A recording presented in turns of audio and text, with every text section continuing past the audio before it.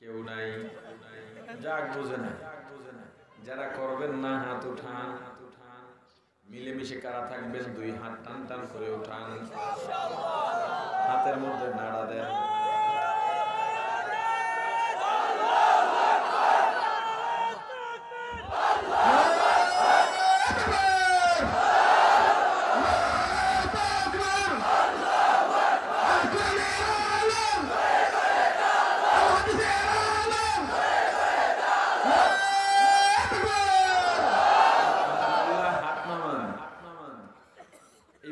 ঠিক থাকবে? আর একটু কষ্ট করাই, দাঁড়ান সবাই।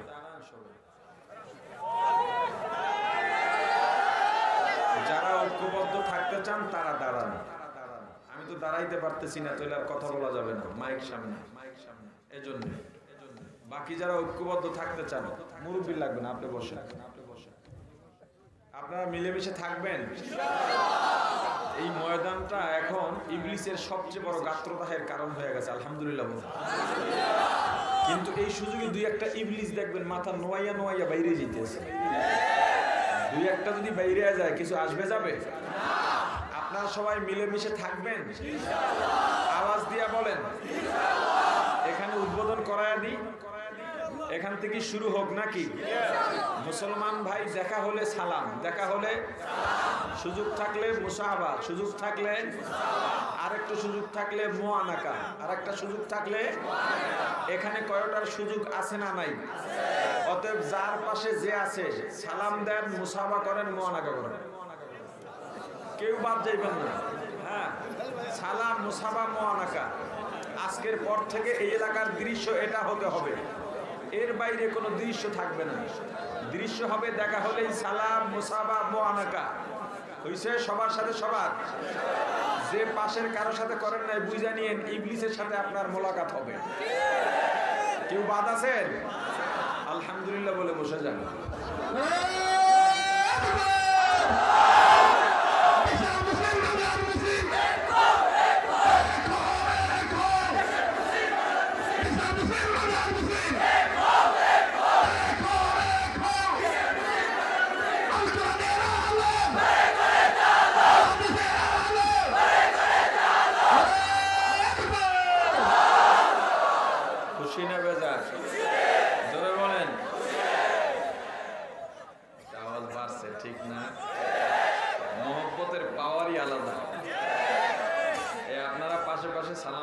মুআনাকা করছেন, একটা মহব্বত বাইরে গেছে, আপনাদের আওয়াজও বাইরে গেছে। আলহামদুলিল্লাহ বলেন। গাছের গোড়ায় পানি ঢেলে উপর থেকে যতই চেষ্টা করো গাছ মরবে না। কথা কন। দোষ দেয় হুজুর গো, হুজুররা মহিলাদেরকে মেয়েদেরকে ঘরের মধ্যে থাকার ওয়াজ করলেই নাকি হুজুররা খারাপ হয়ে যায়। এত বড় বড় টিপ কপালের মধ্যে দিয়ে এই সমস্ত মহিলা নামের জানোয়ার গুলো টকশোতে বসে, ওই বদমাশ গুলো কোথায় এখন?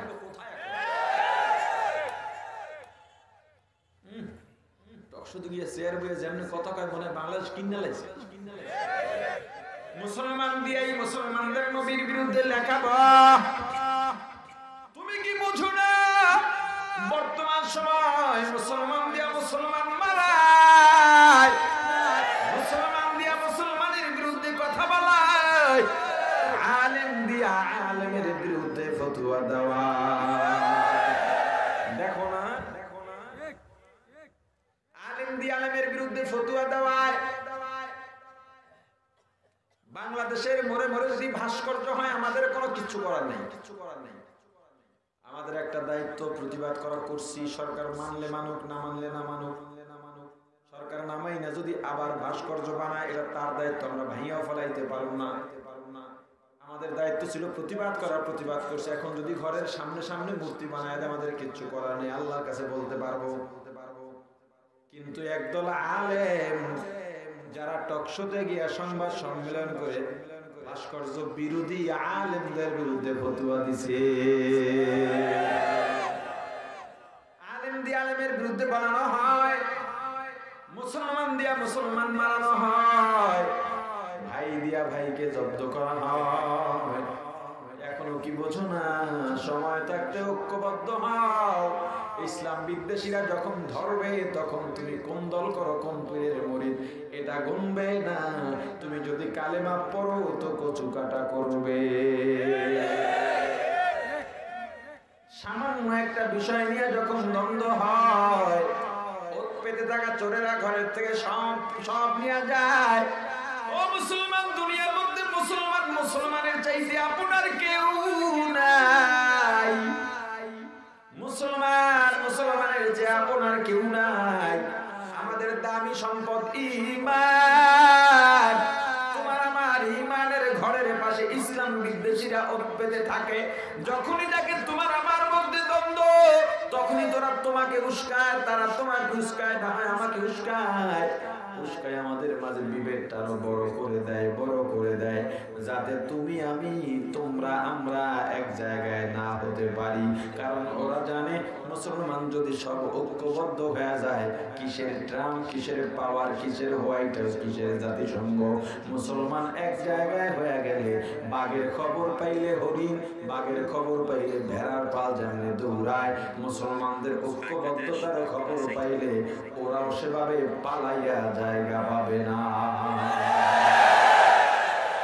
মুসলমান ইমানদার এক হও, ঐক্যবদ্ধ হও। কি মনে করছো সামান্য বিষয় না? আজকে এখানে যারা আছেন আমাকে একটা কথা দিয়ে দেওয়া লাগবে। মাহফিল একটা গুরুত্বপূর্ণ ময়দান। এই ময়দানে তো গুরুত্বপূর্ণ কেন, আওয়ামী লীগ ওলারা সমাবেশ করে, ওখানে অন্য দলের লোক তেমন যায় না। তারা যে সমাবেশ করে লোকগুলা আনে নিজেদের দলীয় নেতা কর্মীরা টাকা দিয়ে, বিরিয়ানির লোক দিয়ে, ভাড়া দিয়ে তারপরে জমা করে। বিএনপি ওলার রাজনৈতিক যত দল আছে তারা এভাবে লোক টানে। কিন্তু এখানে আপনারা আসছেন টাকা দিয়ে আনছে নাকি? বিরিয়ানির লোক দেখাইছে নাকি? নিজের টাকা খরচ করে দল বেজে বিভিন্ন অঞ্চল থেকে এখানে আসছেন। এখানে সব দলমতের মানুষ আছেন। এখানে আওয়ামী লীগের লোক আছেন, বিএনপির লোক আছেন, চরমনাইওয়ালাদের লোক আছেন, তবলিগওয়ালাদের লোক আছেন, ফুলতলির লোক আছেন, সুন্নি আছেন, ওয়াহাবি আছেন, আদর্শী আছেন, যত দলমত আছে সব মানুষগুলো এক জায়গায় হয়ে গেছেন। এইভাবে কি মাহফিলের পরেও ঐক্যবদ্ধ থাকা যায় না? আমাকে একটা ওয়াদা দিতে হবে, আজকের পর থেকে এখানে যতজন আছেন আপনাদের মাঝে যেন আর দ্বন্দ্ব না হয়। আপনি আওয়ামী লীগ করেন, আপনি নৌকায় ভোট দেন, আপনার ব্যাপার। আপনি বিএনপি করেন, আপনি ধানের শীষে ভোট দেন, আপনার ব্যাপার। আপনি জাতীয় পার্টি করেন, আপনি লাগালে ভোট দেন, আপনার ব্যাপার। আপনি জমিহত করেন, খেজুর গাছে ভোট দেন, আপনার ব্যাপার। আপনি চরমনাই করেন, আপনি হাত পাখায় ভোট দেন, আপনার ব্যাপার। যার যার মত নিয়ে থাকেন, কিন্তু যখনই ইসলামের উপরে আঘাত আসবে তখন নৌকা বুঝি না, ধান বুঝি না, হাত পাখা বুঝি না, তখন সমস্ত মুসলমান ঐক্যবদ্ধ হয়ে ইসলাম বিদ্বেষীদের বিষ দাঁত ভেঙে দিতে হবে। না হয় ইসলাম বাঁচানো যাবে না। আজকে আমাকে কথা দিতে হবে, এখানে যতজন আসছেন আর কোনোদিন ফেরকাবাজি করবেন না। আজকের থেকে শুধু ঐক্যের গান হবে, ভালোবাসার গান হবে। আজকের পর থেকে দ্বন্দ্ব চলবে না, অন্তত ইসলাম নিয়ে দ্বন্দ্ব চলবে না। কোরআন সুন্নায় যা আছে তাই মানবো, তাই পালন করবো। রাজিনী সবাই যে বলেন দ্বন্দ্ব করবেন, ঝগড়া করবেন, যারা যারা করবেন হাত উঠান। কেউ নাই, যাক বুঝে না। যারা করবেন না হাত উঠান। মিলেমিশে কারা থাকবেন দুই হাত টান টান করে উঠান, হাতের মধ্যে নাড়া দেন।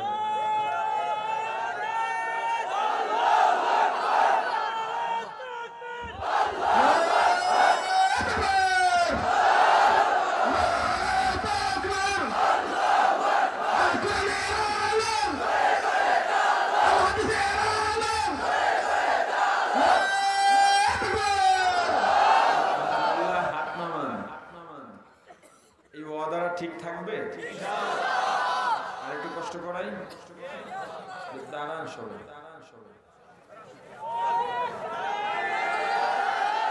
যারা ঐক্যবদ্ধ থাকতে চান তারা দাঁড়ান। আমি তো দাঁড়াইতে পারতেছি না, তাহলে আর কথা বলা যাবে না মাইক সামনে। এজন্য বাকি যারা ঐক্যবদ্ধ থাকতে চান, মুরব্বি লাগবে না, আপনি বসেন। আপনারা মিলেমিশে থাকবেন। এই ময়দানটা এখন ইবলিসের সবচেয়ে বড় গাত্রদাহের কারণ হয়ে গেছে, আলহামদুলিল্লাহ। কিন্তু এই সুযোগে দুই একটা ইবলিস দেখবেন মাথা নোয়াইয়া নোয়াইয়া বাইরে যেতেছে। দুই একটা যদি বাইরে যায় কিছু আসবে যাবে? আপনারা সবাই মিলেমিশে থাকবেন, আওয়াজ দিয়া বলেন। এখানে উদ্বোধন করায়া দিই, এখান থেকে শুরু হোক নাকি? মুসলমান ভাই দেখা হলে সালাম, দেখা হলে সুযোগ থাকলে মুসাহাবা, সুযোগ থাকলে আরেকটু সুযোগ থাকলে মুআনাকা, আরেকটা সুযোগ থাকলে এখানে কয়টার সুযোগ আছে না নাই? অতএব যার পাশে যে আছে সালাম দেন, মুসাহাবা করেন, মুআনাকা করেন, কেউ বাদ যাইবেন না। হ্যাঁ, সালাম, মুসাহাবা, মুআনাকা। আজকের পর থেকে এই এলাকার দৃশ্য এটা হতে হবে, এর বাইরে কোনো দৃশ্য থাকবে না। দৃশ্য হবে দেখা হলেই সালাম, মুসাহাবা, মুআনাকা। হইছে সবার সাথে সবার। যে পাশের কারোর সাথে করেন নাই বুঝা নিয়েন, ইবলিসের সাথে আপনার মোলাকাত হবে। কেউ বাদ আছেন? আলহামদুলিল্লাহ বলে বসে যান।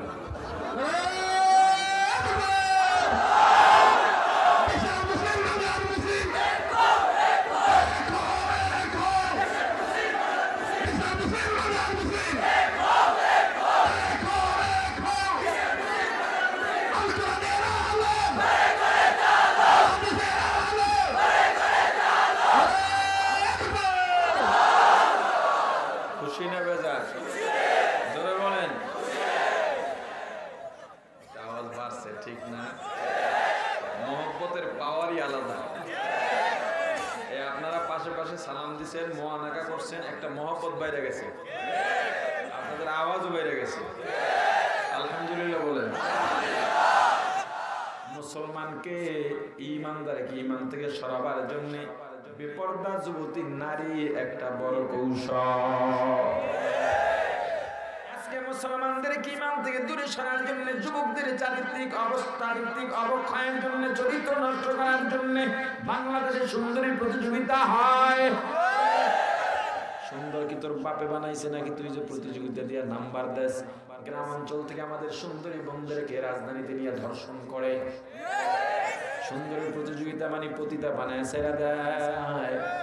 সুন্দরী প্রতিযোগিতা মানে আমার গ্রামের অবলা যুবতী মেয়েটাকে শহরে নিয়ে উল্টাইয়া পাল্টাইয়া পেট পিট বের করে ল্যাংটা করে সারা দেশবাসীকে দেখায়, নাটক বানায়, সিনেমা বানায়, যত যা করে সবকিছুর মধ্যে একটাই আবেদন।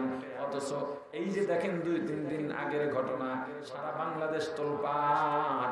এই ঘটনার জন্য পেছনে কারা দায়ী ওগুলো খুঁজে বের করো।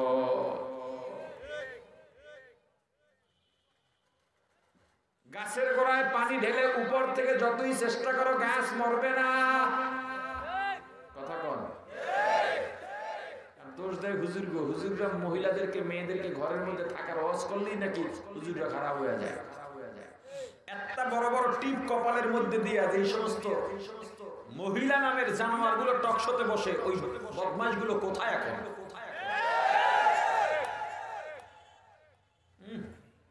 শুধু গিয়ে চেয়ার বইয়ে যেমনি কথা কয় মনে হয় বাংলাদেশ কিনে লাইছে। মুসলমান ইমানদার, সুন্দর আর কালোর কোন প্রতিযোগিতা হতে পারে না। সুন্দর বানাইছেন কে? কালো বানাইছেন কে? আল্লাহর কাছে পছন্দ হওয়ার জন্য সুন্দর হওয়া লাগে না, মোটা হওয়া লাগে না, সম্মানী হওয়া লাগে না, টাকা লাগে না, প্রতিপত্তি লাগে না, পদ পদবি লাগে না, ক্ষমতা লাগে না। আল্লাহর কাছে ভালো আর পছন্দনীয় হওয়ার জন্য কলবটা সুন্দর হওয়া লাগে। ইয়াউমা লা ইয়ানফাউ মালুন ওয়ালা বানুন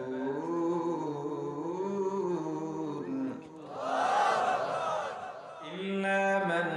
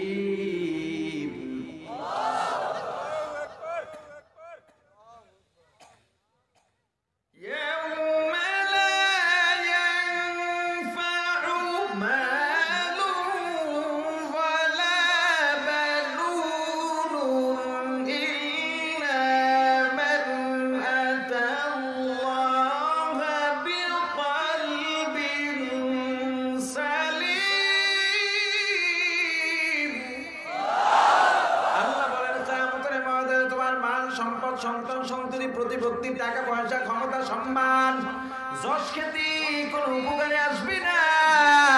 উপকারে আসবে কি জানো? ইল্লা বিকলবিন সালিম। যারা আমি আল্লাহর দরবারে শুদ্ধ কলব নিয়ে আসবে, স্বচ্ছ কলব নিয়ে আসবে, তাদেরই দান।